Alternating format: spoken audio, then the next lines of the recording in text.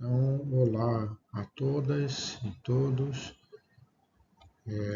Nós vamos iniciar a nossa atividade hoje do Temas da ENAD 2024 e nessa atividade nós vamos trabalhar hoje com o tema letramento literário, aspectos teóricos e metodológicos. Vou começar a falar sobre o primeiro termo, letramento. Letramento, para Magda Soares, é a palavra que corresponde a diferentes conceitos, dependendo da perspectiva que se adota, se antropológica, linguística, psicológica ou pedagógica. Esse material que está exposto aí, ele é resultado de um dicionário de verbetes de língua e literatura de língua portuguesa, que foi organizado pela Faculdade de Letras da UFMG, e está disponível online. Eu separei alguns elementos desse material que está disponível para a gente conversar algumas coisas. Então, a ideia de letramento para Magda Soares está muito vinculado à área pedagógica. Primeiramente porque o conceito de letramento ele se estendeu a todos os campos do ensino da língua e da literatura, mas ele nasce verdadeiramente a partir de uma abordagem estritamente pedagógica, certo? Letramento é considerado apenas em sua relação com a alfabetização. Então, nesse momento, a Magda apresenta esse verbete associando a ideia de alfabetização, associando e aproximando o letramento à alfabetização. Depois ela vai diferenciar o que é letramento e o que é alfabetização. E ela chama atenção, dizendo para nós que nos anos de 1980, os limites do ensino e da aprendizagem da língua escrita se ampliaram. Vocês sabem que até a década de 80, o Brasil vivia um regime ditatorial e não havia perspectiva de mudança ou melhora ou alteração, né, desse cenário educacional. E é a partir da década de 80 que isso vai ganhar outros contornos, e esses novos contornos vão facilitar uma mudança significativa no preceito do ensino e de aprendizagem da língua, fazendo com que esse ensino e aprendizagem tenha, com seus objetivos alargados, a introdução de novas práticas no ensino de língua escrita, fazendo com que haja necessidade de compreender, né, o leitor e a produção de texto, a compreensão do que é o leitor e a produção de texto, de maneira mais ampla e variada, permitindo que entrasse nesse cômputo uma variedade grande de gêneros textuais, e isso vai ser uma primeira guinada quando se pensa da relação entre alfabetização e letramento.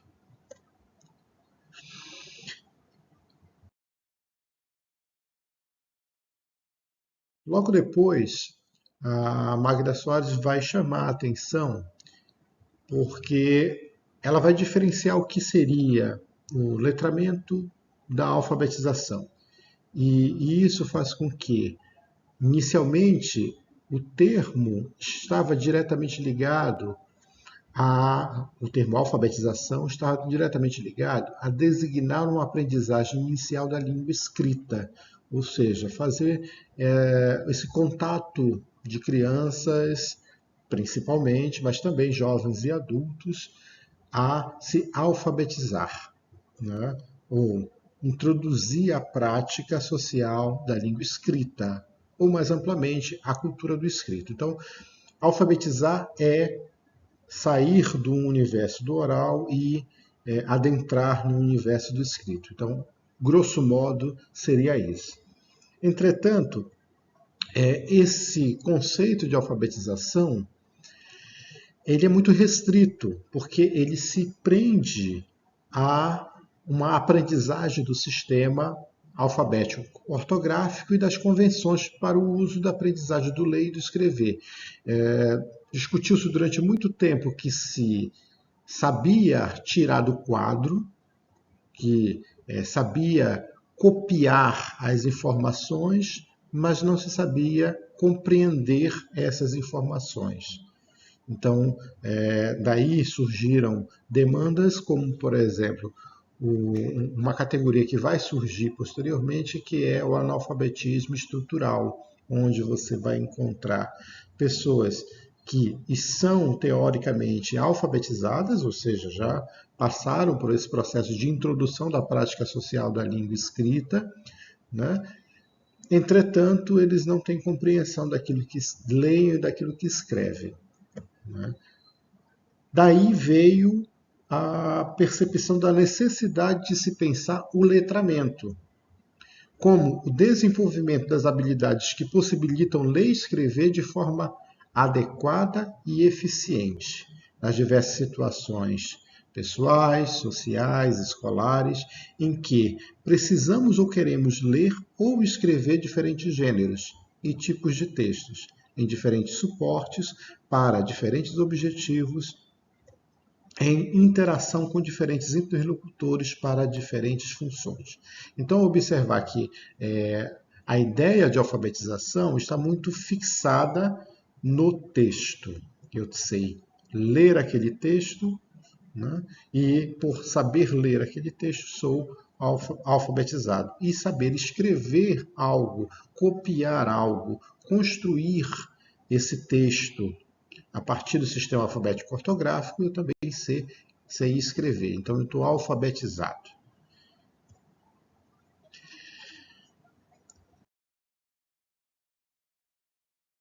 E isso vai sofrer algumas modificações, né, ao longo do tempo, porque além dessa ideia de letramento, que está muito fixado ainda nessa perspectiva de mudar a nuance do que é a alfabetização para essa nova dinâmica de leitura e escrita, nós temos o aparecimento do que é o letramento literário. O Rio do Cosson, que vai ser um grande divulgador, um grande pesquisador da área, ele vai propor para a gente que o letramento literário é o processo de apropriação da leitura enquanto linguagem. Então, vamos sair de um universo de que a leitura é escrita, está vinculada ao texto escrito, e essa leitura vai estar vinculada à linguagem. Então, a apropriação literária é a apropriação das múltiplas linguagens. Isso é muito importante, isso é muito representativo. Por quê? Esse processo de letramento literário, ele precisa ser entendido como um ato contínuo de algo que está em movimento e que não se fecha. Não se faz o letramento literário somente com o texto literário, mas o texto literário é algo, é um elemento fundamental no processo de letramento literário. E vamos entender isso mais à frente. Por exemplo, o letramento literário começa com as cantigas de Niná e continua por toda a nossa vida. Por exemplo, o que é a cantiga de Niná? É literatura? Não, não é literatura especificamente. Você está tratando de um gênero musical e esse gênero musical ele tem um efeito outro no universo social. Né? Então você vai, através da chantilly de Niná, você tem um nível de ensino, de inserção cultural dessa pessoa, né? desse menino, menina que está na primeira infância, ligada a um conjunto de etos que são pensados e desenvolvidos para acalmar, acalentar e fazer com que ela queira dormir. né? Então, primeiro, é um objetivo muito prático. Mas aí é o começo, é o primeiro contato com o universo ficcional, o universo de criação, o universo estético.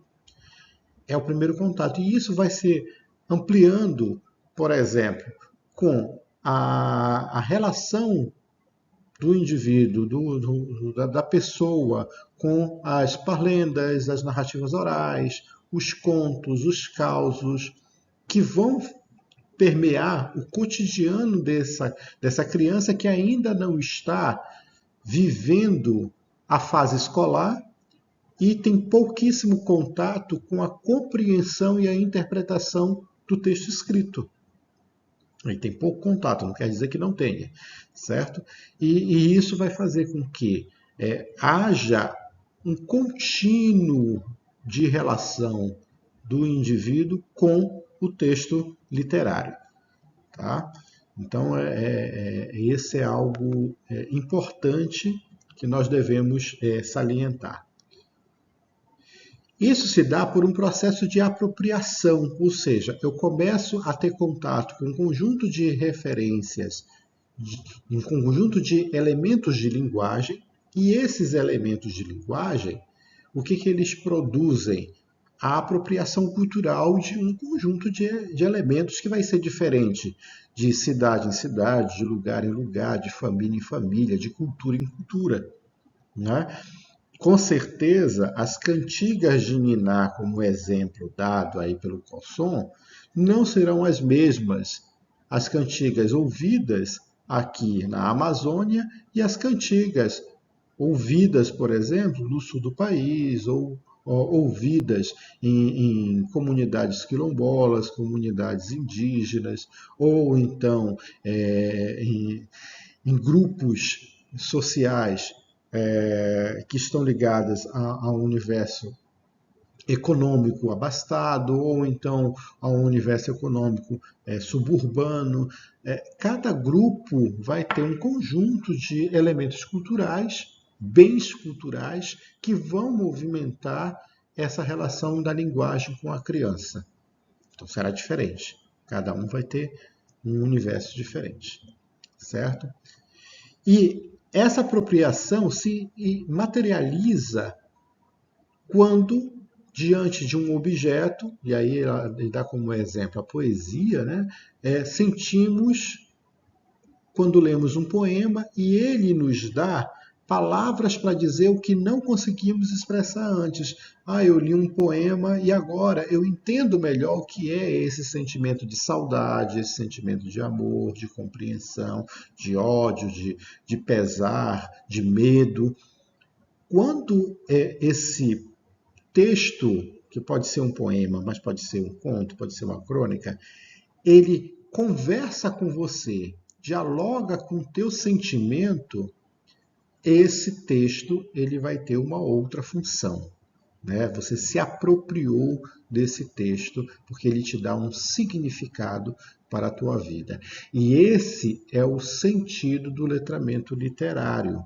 Tá? Por isso, um romance, quando aprendemos com um personagem que há mais de um modo de perceber, de percorrer os caminhos da vida. Ou seja, é a partir de um personagem que vive uma experiência que nós não vivemos.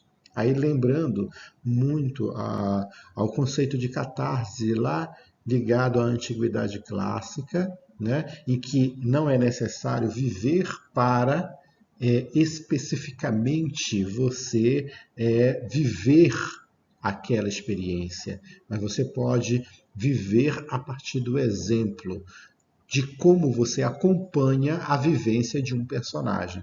E aí você se transporta para aquela vivência. Né? E isso nos faz pensar que é um modo muito singular de construir sentidos que é a linguagem literária. Uma coisa é a linguagem do se comunicar entre as pessoas e outra coisa é se comunicar-se e construir os sentidos a partir da linguagem literária, certo?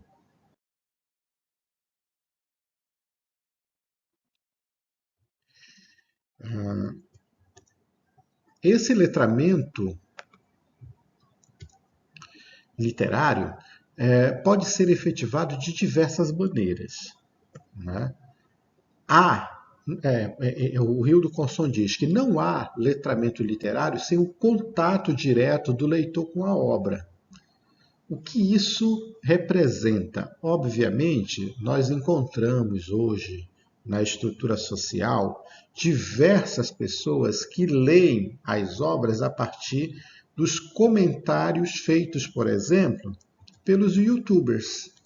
Você tem aí vários casos em que as pessoas vão até esses canais para, de certa maneira, compreender alguma coisa do universo literário de um comentador. Eu estou falando do literário, mas não é só o literário. Compreender filmes, compreender situações, compreender episódios sociais.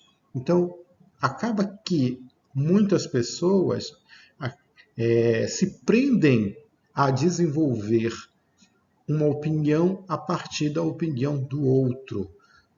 Não que isso não seja possível, é possível, mas para gerar esse letramento literário, é fundamental que haja o contato direto do leitor com a obra. E eu tenho certeza que o jovem, o adulto, a criança, quando ele tem esse contato com o comentador, ele tem uma visão. Quando ele passa a ter contato com o objeto, ele tem a possibilidade de confrontar a visão daquele com a sua própria visão, certo? E isso é muito importante.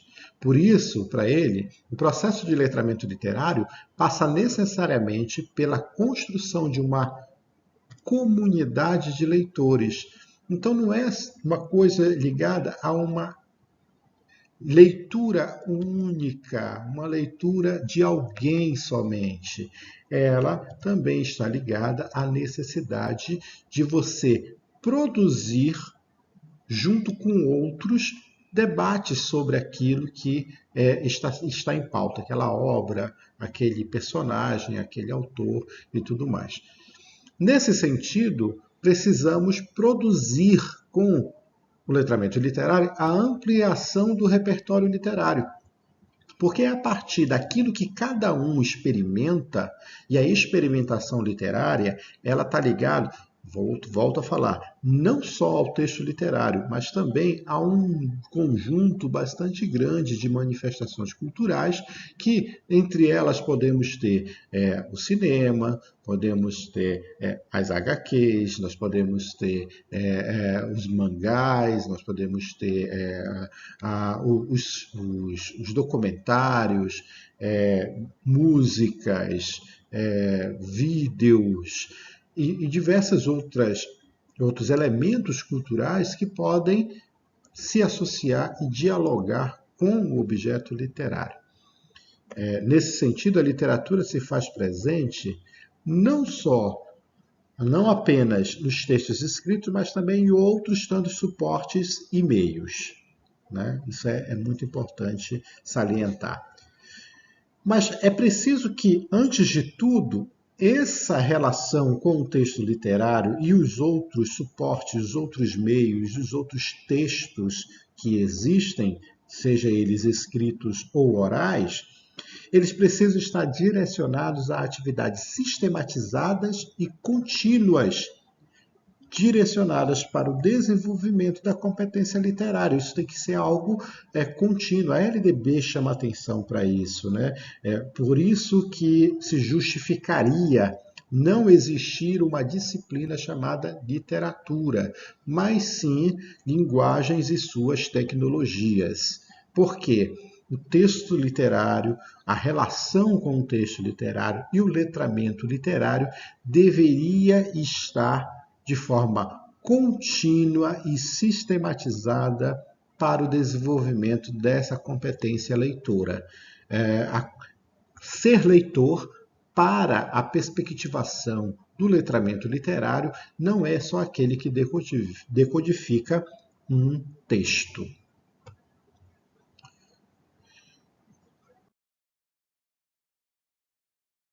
Aí nós precisamos compreender o papel da escola nesse processo do letramento literário, né? Então, nós podemos falar, a partir da Maria Lúcia Castanheira, do letramento escolar.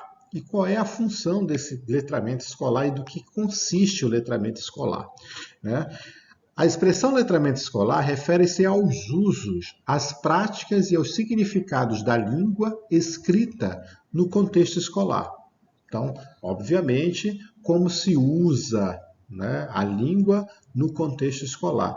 Entretanto, o letramento varia de acordo com o contexto em que ocorrem eventos de letramento. Ler e escrever na escola são processos que se diferenciam de ler e escrever fora da escola. Mas eles estão intensamente interligados, porque, apesar de serem diferentes, eles precisam estar associados.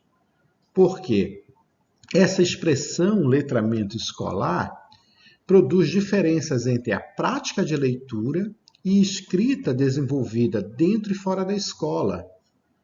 Na escola, há várias ações de ler e escrever, e elas são organizadas em função do que se quer ensinar e de como a aprendizagem do que foi ensinado será avaliada. Então, existe todo um conjunto de amarras ligadas à construção dessa prática de leitura e de escrita na sala de aula. Mas o que precisamos entender é que isso ele não pode ficar fixado e limitado à sala de aula. Ele precisa ser compreendido a partir dos muros, fora dos muros da sala de aula. Então, fora da escola, ler e escrever são ações que as pessoas desenvolvem por diferentes motivos em diferentes situações. Mais do que isso, essa dimensão faz com que a gente precise compreender que, fora da escola, nós precisamos, não só podemos, ver crianças e jovens produzindo comentários e postando assuntos de seu interesse e publicando-os, por exemplo, no Facebook, em um blog, na escola, estando subordinados às necessidades do ensino. A produção do texto será feita de acordo com as definições prévias do tema e a ser contemplado do gênero a ser produzido, do destinatário do texto, quase sempre o professor, que avaliará o produto, a produção do aluno. Então, fora da escola, parece que o aluno vai fazer exatamente o que ele faz dentro da escola. Então, ele faz as coisas em função dessa escola. Mas o que nós precisamos fazer é trazer o que ele produz de forma espontânea, sem essa determinação, para provar e para mostrar que esse aluno, ele também é um produtor desse conhecimento de leitura escrita, fora das obrigações da escola. Então, isso é um fundamento para se pensar o que é, né, esse letramento escolar. É entender que, antes de tudo, o aluno ele é um produtor de texto e essa produção de texto ela está muito ligada aos interesses particulares. Então, nós precisamos trazer o que ele produz fora da escola para dentro da escola, para que ele possa compreender a necessidade de também aquilo que está na escola poder ser levado para fora da escola. Assim, desde a alfabetização, vários textos escolares, como murais, cartazes, resumos, relatos de experiência ou escrita de resultados de projetos, fazem sentido no espaço escolar e, ao mesmo tempo, realizam usos e funções sociais da escrita e da leitura. Fora da escola, tais dimensões serão múltiplas, dada a grande variedade de situações comunicativas em que a escrita é utilizada. E aí você tem a vivência do aluno fora da escola, que muitas vezes não é trazida para a escola. O que isso significa? A gente pensa, isso virou clichê, né, nas salas de aula do fundamental e às vezes também do médio. A redação relacionada ao que você fez nas férias, né? Que é algo que deveria ser uma constante do debate de trazer o cotidiano do aluno durante a semana, durante o mês. Claro que você não vai fazer isso toda semana, mas você trazer esse aluno a contar, a narrar, a expor através de escrita ou através da oralidade, a experiência dele é ele compreender e perceber que o mundo que ele desenvolve, que ele vive fora da escola, é também parte de um processo de letramento escolar, de escolarização. E por isso, aqui nós vamos observar que há necessidade de que os educadores reconheçam a escola como instituição promotora de inclusão social, tentando diminuir as diferenças da relação entre o espaço escolar e o não escolar. Situações comunicativas em que ocorrem eventos de letramento fora da escola, ou seja, funções, usos e interlocutores reais. É importante fazer com que a escola solicite que o aluno traga, por exemplo, entrevistas de pessoas da família, né?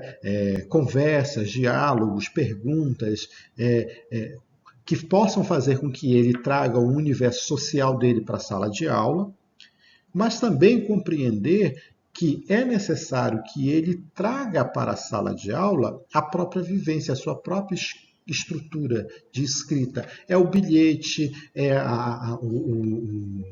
quando ele ajuda a mãe ou o pai a produzir, por exemplo, a lista de compras para tentar compreender e discutir todo esse universo, se existe essa prática, se não existe essa prática, como isso se dá dentro do objeto literário, na literatura, como é que aparece o cotidiano familiar, como é que aparece o cotidiano dos clubes, dos espaços sociais, como igreja, centros sociais, a rua. Então, isso é importante que seja o tempo todo pensado e dimensionado.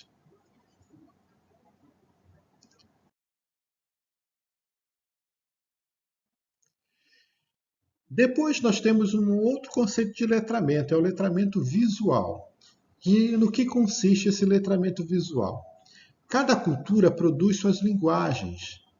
Isso é latente, né? Lembra que o letramento literário é letramento de linguagens, né? É a literatura relacionada às várias linguagens. Então é necessário fazermos também, associado ao letramento literário, um letramento visual, onde cada cultura que produz suas linguagens marcadas pelas construções verbais, sonoras, visuais, gestuais e entre outras. Culturalmente, um gesto pode dizer para uma cultura uma coisa e para outra cultura outra coisa, completamente diferente. Então, a interpretação, inclusive do gestual, dos interesses corpóreos, eles podem ser importantes para pensar esse letramento visual.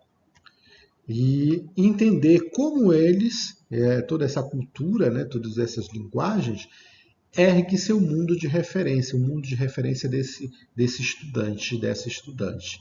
Né? Então é muito importante pensar as imagens que nos rodeiam, porque elas são armazenadas na nossa memória e vão organizando significados. Dessa forma, nós podemos dizer, então, que geramos imagem no nosso presente a partir da nossa vivência e selecionamos imagens de tempos e espaços passados, das quais nos apropriamos para nos expressar no nosso presente e para nos compreender como sujeitos sociais históricos. Então, as imagens elas estão perpassadas por quase tudo aquilo que a gente produz.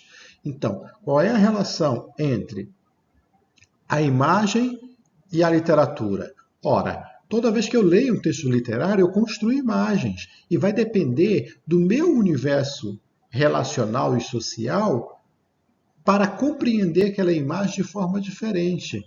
É muito difícil para alguém que não mora na Amazônia entender essas várias nuances dos verdes que estão, por exemplo, em um romance como Verde Vaga o Mundo ou o Minossauro, né, do Benedito Monteiro. Ou então compreender várias nuances do branco, da cor branca, né, em um romance como Urso Branco, que tem uma relação e uma construção completamente diferente do nosso universo social. Então, as imagens elas são exatamente para serem pensadas dessa maneira. Lemos as imagens sob tantos pontos de vista que nos mostra a importância de estarmos atentos para o alcance dos diferentes modos de ver o mundo e de se pensar sobre ele. É isso que conforma o significado do termo letramento visual e o distingue do termo alfabetização visual. Olha a diferença. O que é letrar-se visualmente, né? É compreender esses significados, compreender esses usos. A alfabetização visual é discernir, é dizer, olha, aquilo é verde, aquilo é vermelho, aquilo é amarelo.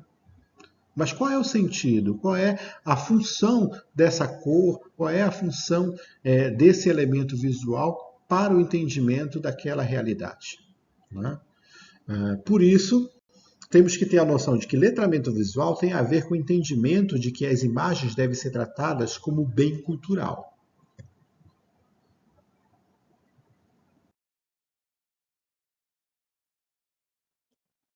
Ao contrário dos que pensam que as imagens diminuem a capacidade imaginativa e impedem múltiplas formas de representação. Então, isso é uma coisa muito importante. Nós não podemos diminuir as imagens e compreender que elas são plurais, múltiplas. E aí já vamos chegando dentro de uma perspectiva de tentar compreender uma outra categorização, que vai ser muito importante. A ideia de um letramento múltiplo, né? O letramento visual não se limita a uma série de condições para o desenvolvimento da competência de leitura de imagens, mas sua dinâmica nos ajuda a lidar com uma multiplicidade de linguagens visuais, seja a fotografia, ou a pintura, a escultura, a gravura, o desenho, entre outras, além de fortalecer o entendimento consciente do uso de diferentes mídias, como o impresso, o digital, a mídia televisiva, os museus interativos, etc. Todos esses elementos deveriam estar no cotidiano do letramento literário, do letramento como um todo, do letramento literário e, por conseguinte, também do letramento visual. É como se todos eles constituíssem um conjunto de caixinhas que se aglutinam para produzir esse sentido do letramento que explode, que foge a essa ideia de decodificação. Ele tem um outro sentido, uma outra dimensão. Se reconhecer no mundo e apreciá-lo como discernimento. Esse é um dos objetivos do processo de letramento, seja ele o visual, o literário, o escolar.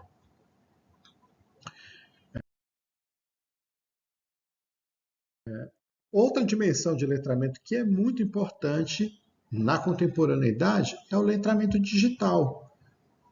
Por quê? Ora, por quê?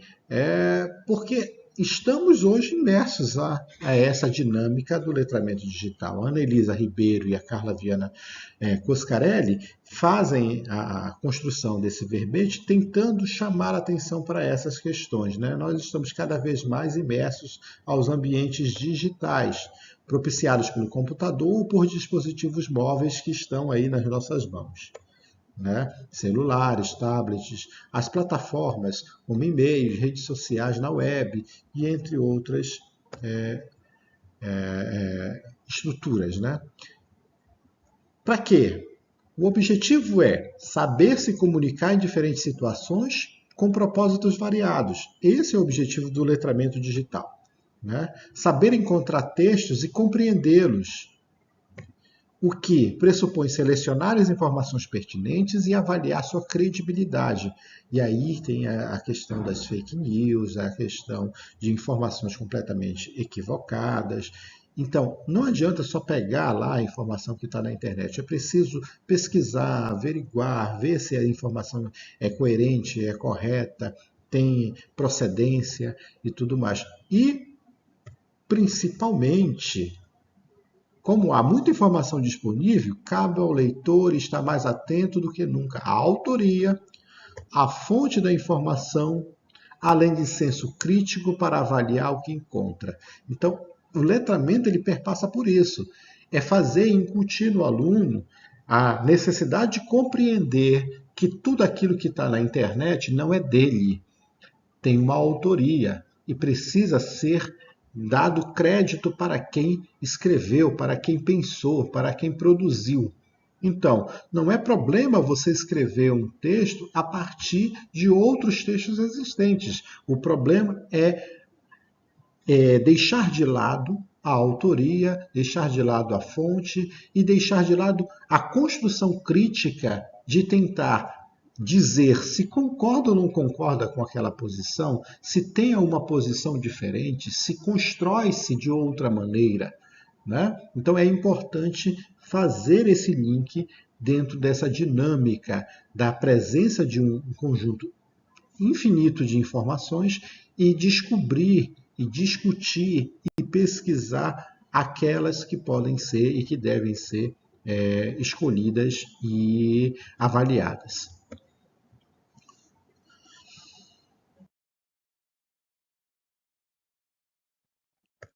Nesse sentido, saber ler e produzir textos explorando essas linguagens faz parte das competências dos digitalmente letrados, com exigências sociais e motivações pessoais cada vez mais precoces. Com a urgência e a presença das inteligências artificiais, nosso trabalho como professor, cada vez mais precisa utilizar recursos para que o aluno possa produzir não mais somente no seu computador isolado, mas possa produzir em sala de aula com o uso dessas ferramentas, mas não apenas copiando esses elementos que estão dispostos na rede mundial de computadores. E precisa se debater sobre a questão da exclusão digital, que é um tema que hoje está amplamente debatido e que foi um tema crucial durante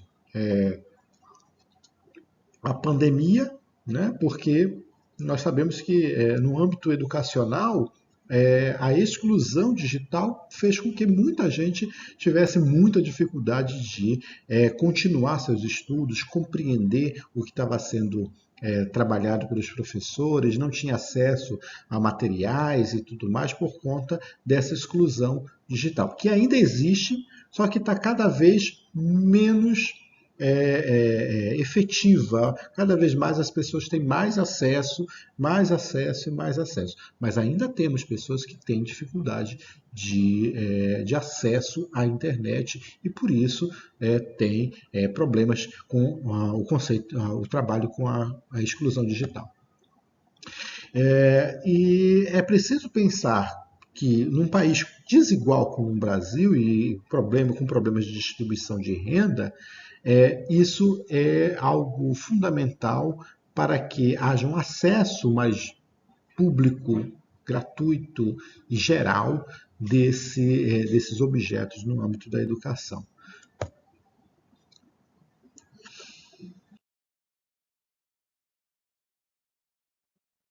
Chegamos ao último conceito que eu considero assim fundamental, é o conceito de multimodalidade, porque letramento literário ele tem que ser pensado a partir da ideia de multimodalidade. E o que é esse letramento literário multimodal?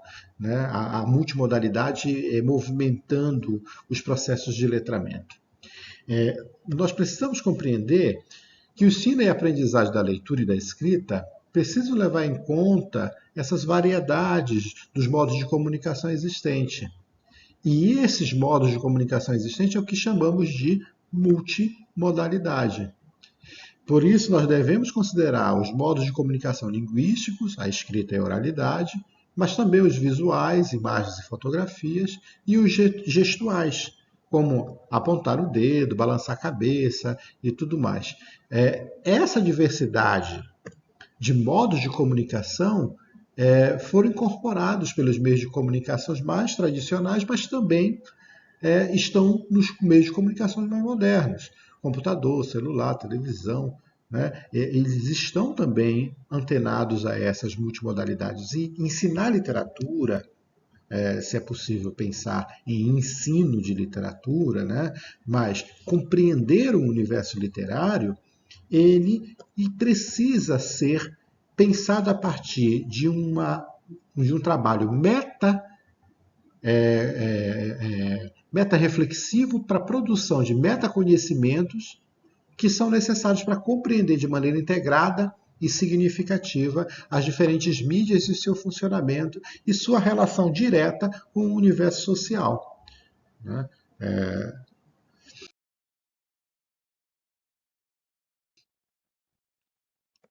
Desse modo, precisamos perceber que somos produtores de significados e de que os modos e os meios de comunicação são recursos dos quais nos apropriamos para produzir significados.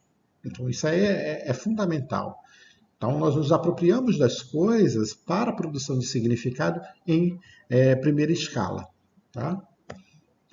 Por isso, é preciso desenvolver o conhecimento e as habilidades necessárias para a produção de significado. Não é só produção de texto, não é só produção oral. É, antes de tudo, alcançar o objetivo central do processo de ensino-aprendizagem, que é a produção de significados. Para que serve esse texto para ti? Ou, esse texto pode não servir para ti, mas pode servir para outrem. Né? Então, é necessário pensar que a busca por significação daquilo que está sendo lido, ele é um fundamento para se pensar no letramento. Por isso, usos e os significados da leitura e da escrita em determinados contextos sociais são fundamentais, porque a abordagem da multimodalidade pode contribuir para o entendimento do contexto de comunicação em que foi produzido esse objeto, focando em modos de mídias específicos, em determinados contextos sociais e culturais, de maneira que só assim professores e alunos possam interagir no mundo moderno, multimodal e multimídia. Nós temos que pensar que é essa a realidade. Nós não estamos mais na era analógica, nós vivemos a era multimodal. Daí, por exemplo, eu escrevi um livro para falar sobre o tempo atual e chamo ele de transcontemporâneo, porque ele é um momento da história social em que nós estamos vivendo e que é tudo muito intrincado, multimodalizado, multimídia. É um mundo em que nós temos uma outra realidade. Né? Os professores já contam com livros didáticos e de literatura que conjugam linguagens gráficas, visuais e verbais, e as crianças da geração atual já se constituem como usuários de TV, rádio, mídias digitais, internalizando gestos, atitudes e comportamentos que potencializam uma interação cada vez mais multimodal. Isso já existe. As crianças, várias vezes você já deve ter ouvido, já deve ter presenciado, né? Pessoas mais velhas com celular e de repente dá o celular para uma criança e ela já sabe fazer coisas que o dono do celular não sabe. porque ele está imerso em um universo de Toltree, né, de contato, e que muitas vezes a criança consegue fazer coisas que o adulto não consegue. Né?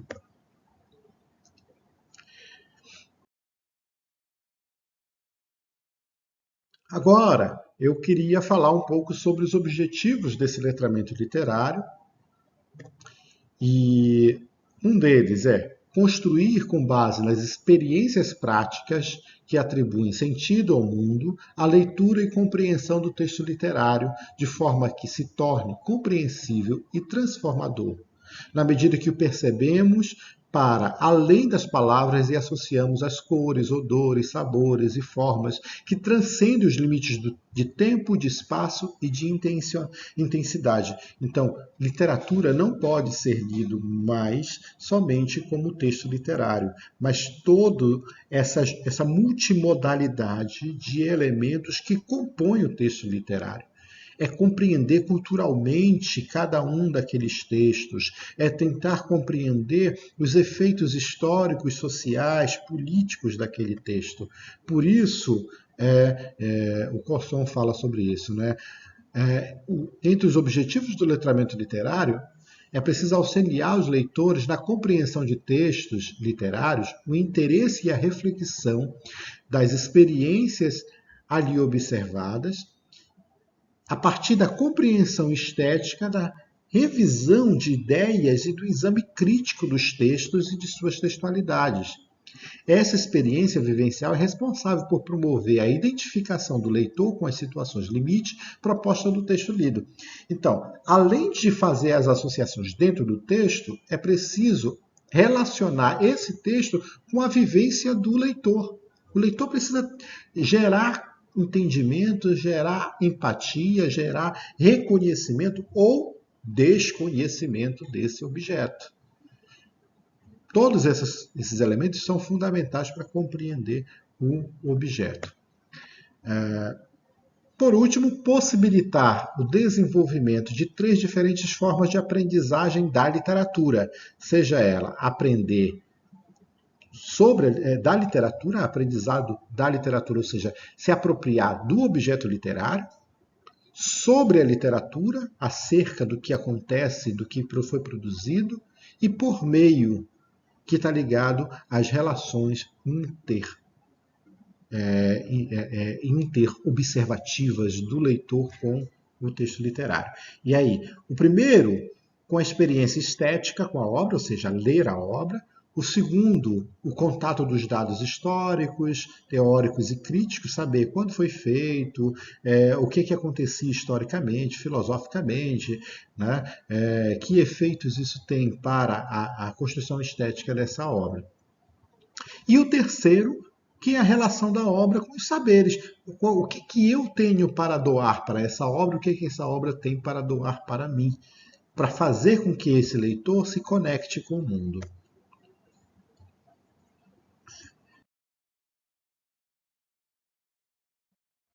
Daí, nós vamos falar de 3 metodologias em torno do letramento literário. 2 foram propostas pelo Rildo Cosson e uma proposta pelo William Cereja. As 2 primeiras, elas são quase que sequenciais, né? Você tem uma sequência didática básica do Rildo Cosson. No que consiste essa sequência didática básica?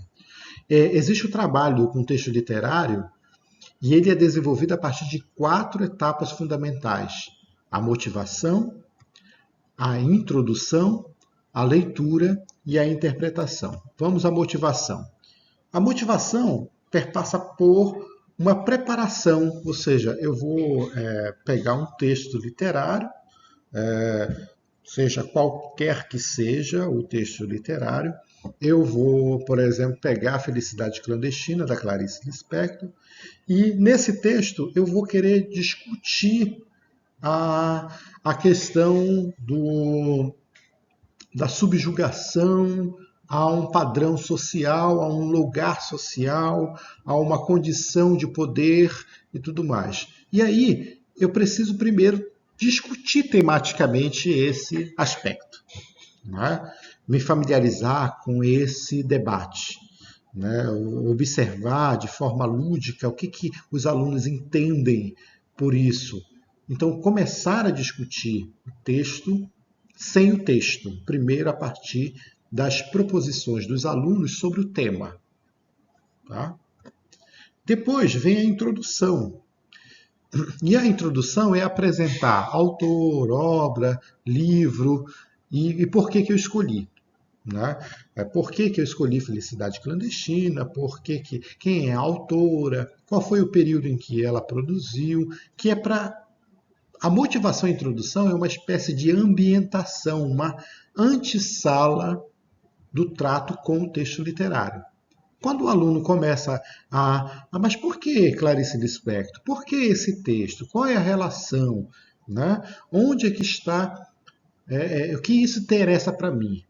Aí eu vou direto para a leitura. E aí vamos ler o texto e explorar nesse texto o contexto, o enredo. Né? E ele diz, o Cosson, que é importante fazer umas pausas para verificação, né, da leitura. E a verificação é a apresentação de dúvidas, das dificuldades que os alunos estão tendo para entender. Às vezes a dificuldade é movida pela linguagem, pelo tempo de produção. Então, todas essas coisas precisam ser trazidas para serem conversadas em sala de aula, para que o aluno possa ter melhor compreensão do texto. E a quarta etapa é a interpretação, que consiste na construção do sentido do texto a partir das inferências interacionais. Ou seja, eu quero saber o que foi que cada um entendeu. E aí temos o que o autor propõe, o que o leitor compreende, como é que isso está ligado à relação da comunidade e o contexto sociocultural. Então, nós temos autor, leitor, comunidade e o contexto sociocultural. E isso é feito a partir de conversas, debates, roda de conversas, bate-papos sobre esse texto, né? E isso é importante porque ele vai gerar aquilo que nós chamamos da necessidade de decifrar individual e pessoal, decifrar o texto, né? A partir da partilha que vai ser feito dos sentimentos sobre a obra. A segunda metodologia, também do Rio do Cosson, perpassa de uma expansão da sequência didática. Tem aquelas 4 fases que foram faladas anteriormente e apresenta mais 2 outras.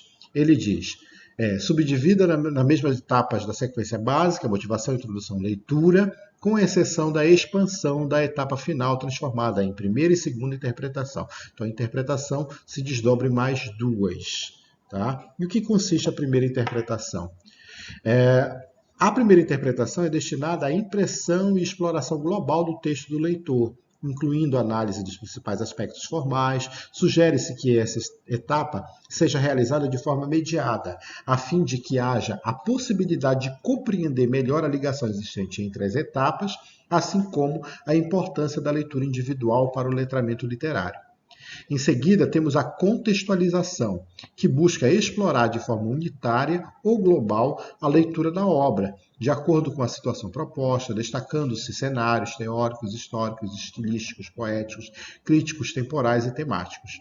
A contextualização deve ser realizada em um momento de partilha, em grupo, e não em ações individuais, tendo em vista o aprofundamento e partilhado de leitura.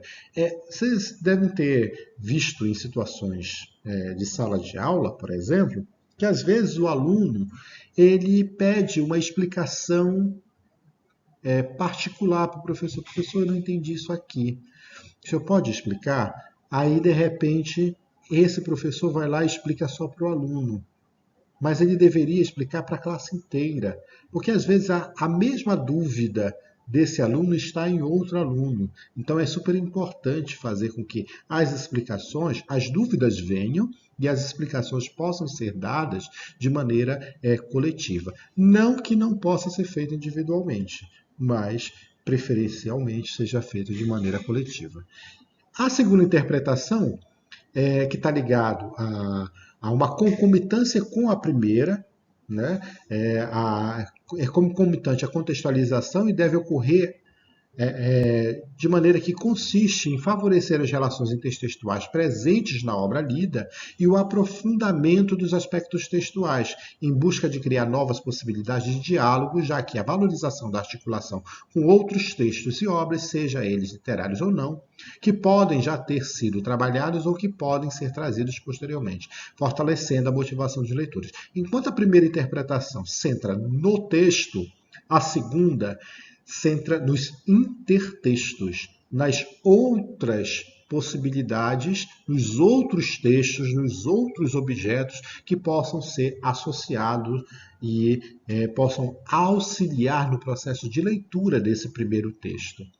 Esta etapa procura observar como os propósitos traçados, como metas e alvos de leitura, foram alcançados a partir do uso do letramento literário. Isto é, podem ser observados um tema, um traço estilístico, um personagem, entre outros. E deve ocorrer seguida de compartilhamento de leitura. Essa segunda interpretação deve ser registrada e comparada. Por que registrada e comparada? A primeira interpretação, ela te dá um universo de leitura. Já a segunda interpretação, ela pode ampliar, modificar, complementar, e é importante que o professor possa registrar isso e mostrar, olha, inicialmente entendemos o texto dessa maneira.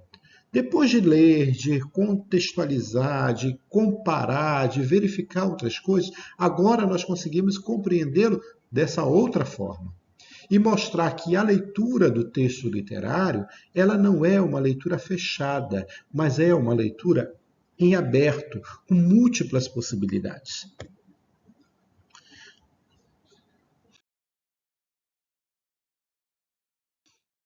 Por fim, a metodologia 3, com William Cereja.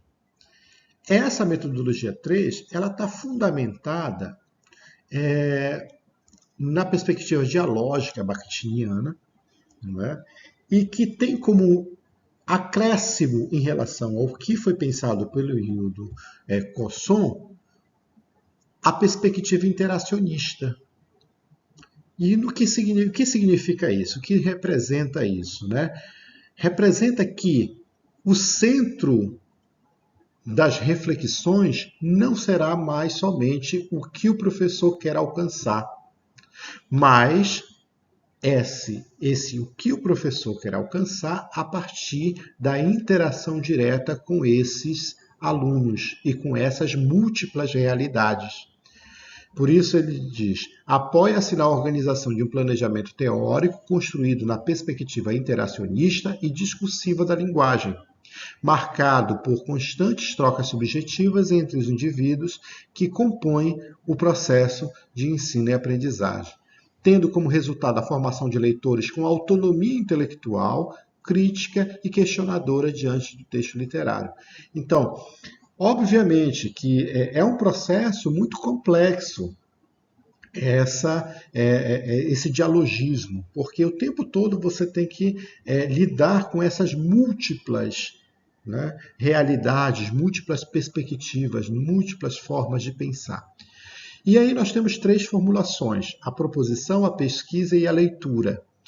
Para além de fazer todo aquele processo, a proposição ela está muito ligada àqueles 2 primeiros modelos lá do Hildo Cosson. Ao propor um tema literário, olha lá, a primeira parte diz do tema, né? Para discussão em sala de aula, deve-se oferecer um espaço e tempo para que os alunos se familiarizem com o assunto e, por meio de diálogos, trocas de experiências e vivências, compartilhem sentimentos, conhecimentos e percepções, a fim de refletir sobre o tema em seus aspectos históricos, sociais, culturais, políticos, econômicos, entre outros. Primeiro, dá espaço para que eles possam conversar entre si, para que eles possam falar sobre sua compreensão de mundo, o que é tal coisa, o que é felicidade, por que a palavra felicidade está relacionada com clandestino, o que é ser clandestino, qual é o conhecimento que esse aluno tem a partir de um título, por exemplo. A gente pode começar todo o processo de reflexão dialógica dessa perspectiva interacionista, tentando extrair desses alunos o que eles entendem pelo título da obra, por exemplo. Tá? Depois, entramos no âmbito da pesquisa. Ora, quem foi Clarice Lispector? Eu preciso trazer tudo? Eu preciso dizer quem foi Clarice Lispector, que ano ela viveu, qual foi a estética literária dela? Por que não fazer com que o aluno pesquise e traga essa informação para a sala de aula?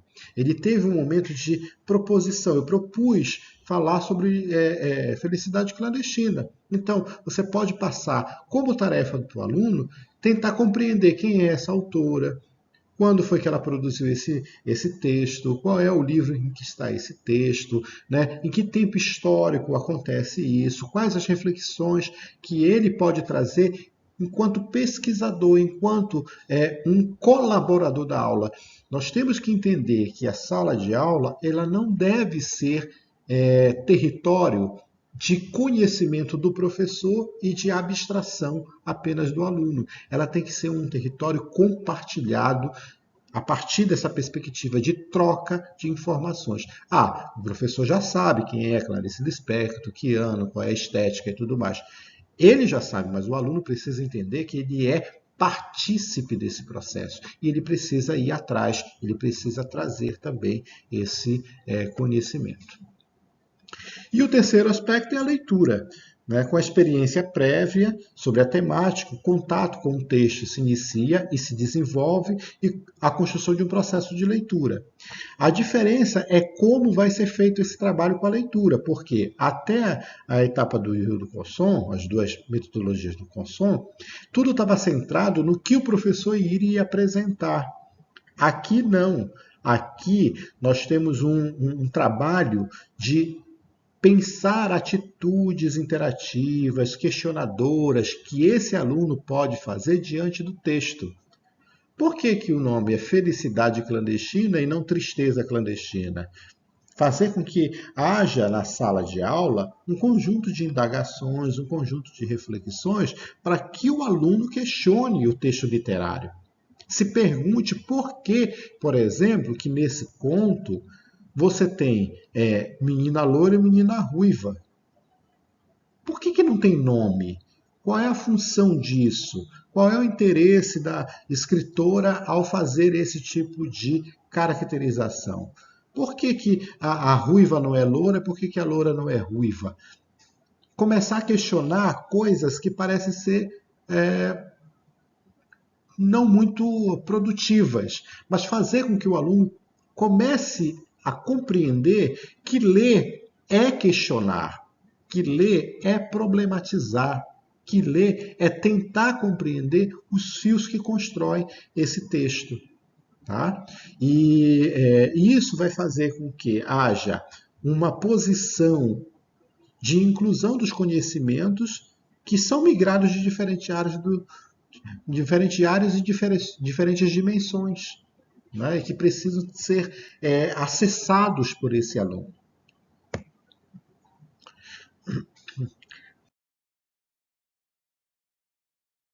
Para a gente finalizar esse tópico da metodologia do William Cereja, nós vamos observar que existem duas dinâmicas.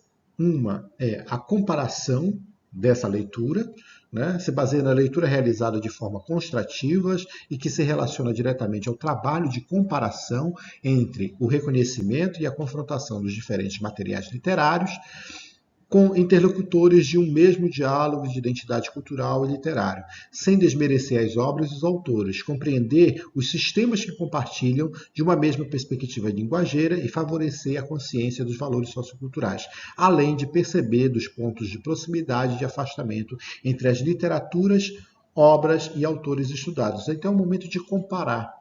Né?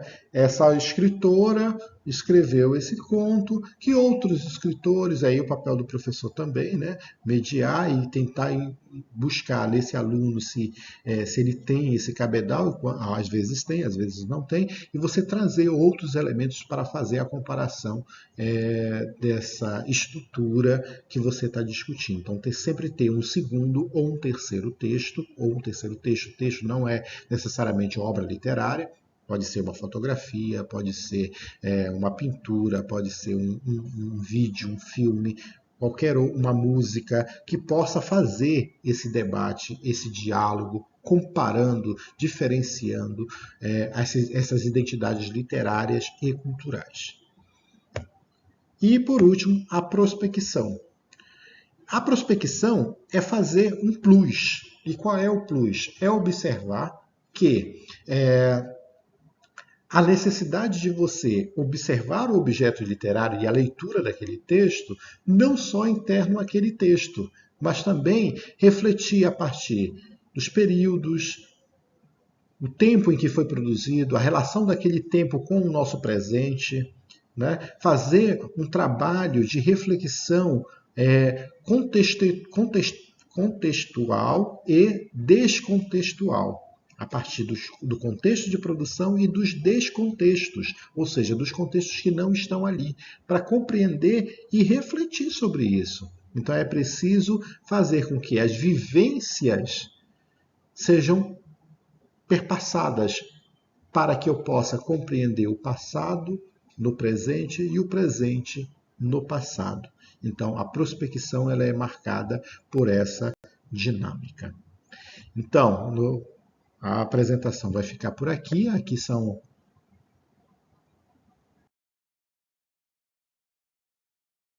algumas referências que fazem parte desse estudo, tá?